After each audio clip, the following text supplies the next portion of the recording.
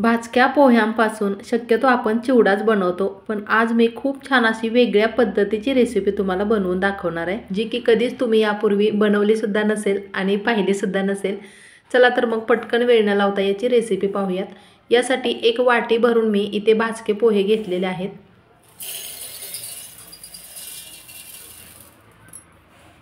मिक्सरच्या भांड्यामध्ये पोहे काढून घेतलेत आणि त्यामध्ये आता रवा घालायचा आहे आणि मोठे 2 चमचे न भाजता रवा मी तसाच कच्चा यामध्ये घालते. साधारण एक अर्धी वाटी रवा घेतला असेल. तर आता हे अगोदर पाणी न घालता असंच बारीक करून घेतले पहा. अशा पद्धतीने बारीक पावडर बनवली याची. आता यापेक्षा अजून आपणाला हे बारीक करायचे, पण त्या अगोदर त्यामध्ये मी मोठे 2 चमचे दही घालते आणि दही खूप आंबट असल्यामुळे 2च चमचे वापरलेला आहे. एक ग्लासभर पाणी घालायचं त्यामध्ये आणि पुन्हा एकदा हे चांगलं बारीक वाटून घेतलेलं आहे. वाटण करताना अजून जर पाणी लागलं तर तुम्ही घालू शकता.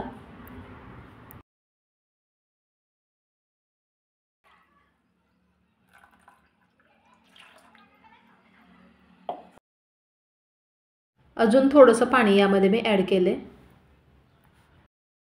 आणि बघा एवढं असं पातळ ठेवायचं. हे यामध्ये घालायचं आहे चवीनुसार मीठ आणि थोड्या वेळासाठी यावरती झाकण ठेवून हे साईडला ठेवायचे. आणि इथे पहा मी टोमॅटो घेतलेले आहेत. टोमॅटो बारीक चिरून घ्यायचे. कढईमध्ये साधारण 1 चमचाभर तेल गरम करायला ठेवलं. तेल तापलं की त्यामध्ये 1 चमचा जिरे घातले आणि त्यानंतर एक मोठ्या साईजचा कांदा मी कट करून घेतला होता. चिरलेला कांदा यामध्ये घालायचा.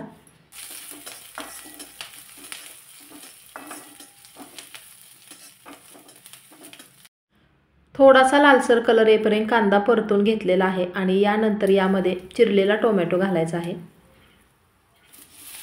कांद्यापेक्षा टोमॅटोचं प्रमाण जास्ती घ्यायचे.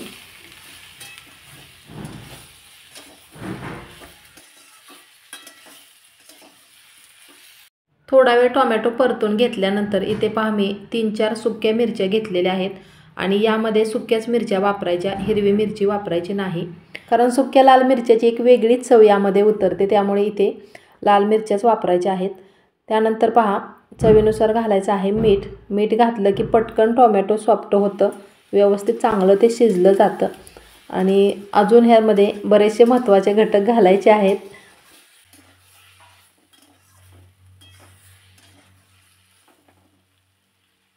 गॅसची फ्लेम जराशी कमी ठेवायची आणि 1-2-3 मिनटाकरता यावरती झाकण ठेवायचं आहे. आणि झाकण काढल्यानंतर बघा टोमॅटो पूर्ण असं सॉफ्ट झाल्यासारखं दिसते. याची चव आणखीनच वाढवण्यासाठी इथे पहा मी आलं आणि लसूण घालते. तुम्हाला जर आलं लसूण पेस्ट वापरायची असेल तर तीसुद्धा तुम्ही घालू शकता. 1 इंच आल्याचा तुकडा आणि 4-5 लसणाच्या पाकळ्या यामध्ये घातल्या. त्यानंतर फ्रेश अशी पुदिन्याची पानं घालायची. कोथिंबीर असेल तर कोथिंबीरसुद्धा इथे तुम्ही वापरू शकता. अगदी 1 मिनिटभर हे परतून घ्यायचं आहे. गॅस मी आता बंद केला आहे आणि यावरती 1-2 मिनटाकरता झाकण ठेवायचे. हे जे भाजक्या पोह्यांचं बॅटर बनवलं होतं हे सुद्धा बऱ्यापैकी चांगलं भिजलेलं आहे. आणि आता यामध्ये घालायचं आहे 1 वाटी भरून गव्हाचं पीठ.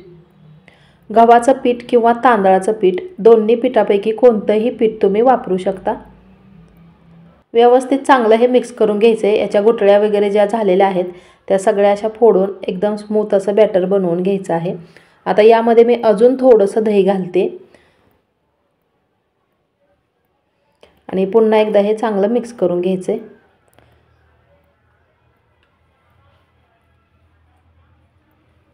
मिश्रण जरासं घट्ट वाटतंय त्यामुळे अजून थोडंसं पाणी घातलेलं आहे.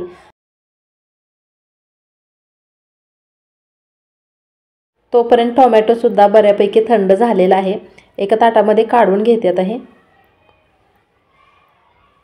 यामध्ये मी म्हटलं होतं महत्त्वाचा घटक ते म्हणजे 2 चमचे इथे मी डाळे वापरते. डाळे घालायचे आणि एकदम बारीक पाणी न घालता हे वाटून घ्यायचे. तर अशा पद्धतीने वाटण तयार झालेलं आहे. मस्त अशी टोमॅटोची तोंडाची डबल चव वाढवणारी चटणी आपण बनवलेली आहे. तर आता इथे डोश्याचा तवा मी गरम करायला ठेवला आहे आणि आता तुमच्या लक्षात आलंच असेल मी नक्की कोणती रेसिपी बनवते ते।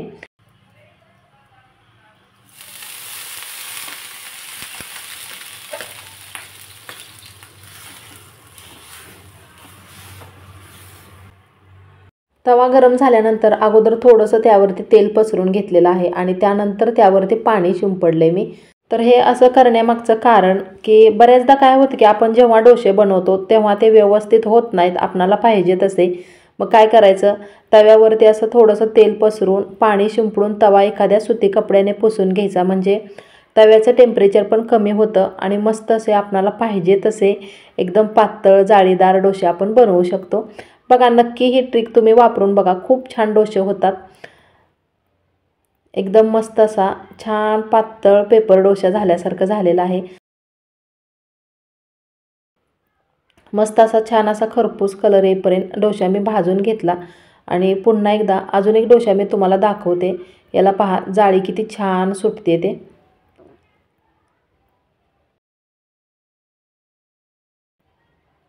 जरा जवळून दाखवते।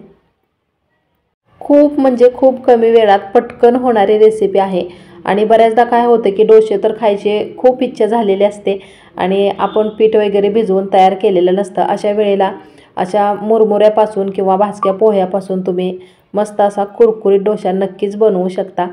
मला खात्री आहे तुम्हाला ही रेसिपी थोडी तरी आवडली असेल आणि थोडीशी जरी आवडली असेल तर प्लीज आपल्या चॅनेलला लाईक, शेअर आणि सबस्क्राईब करायला अजिबात विसरू नका।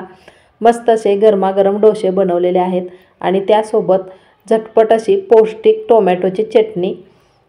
कशी वाटली रेसिपी कमेंट करून नक्की सांगा। चला तर मग मी लवकरच भेटते अशीच नवीन एखादी छानशी वेगळी रेसिपी घेऊन पुढच्या व्हिडिओमध्ये। रेसिपी संपूर्ण पाहिल्याबद्दल खूप खूप मनापासून धन्यवाद।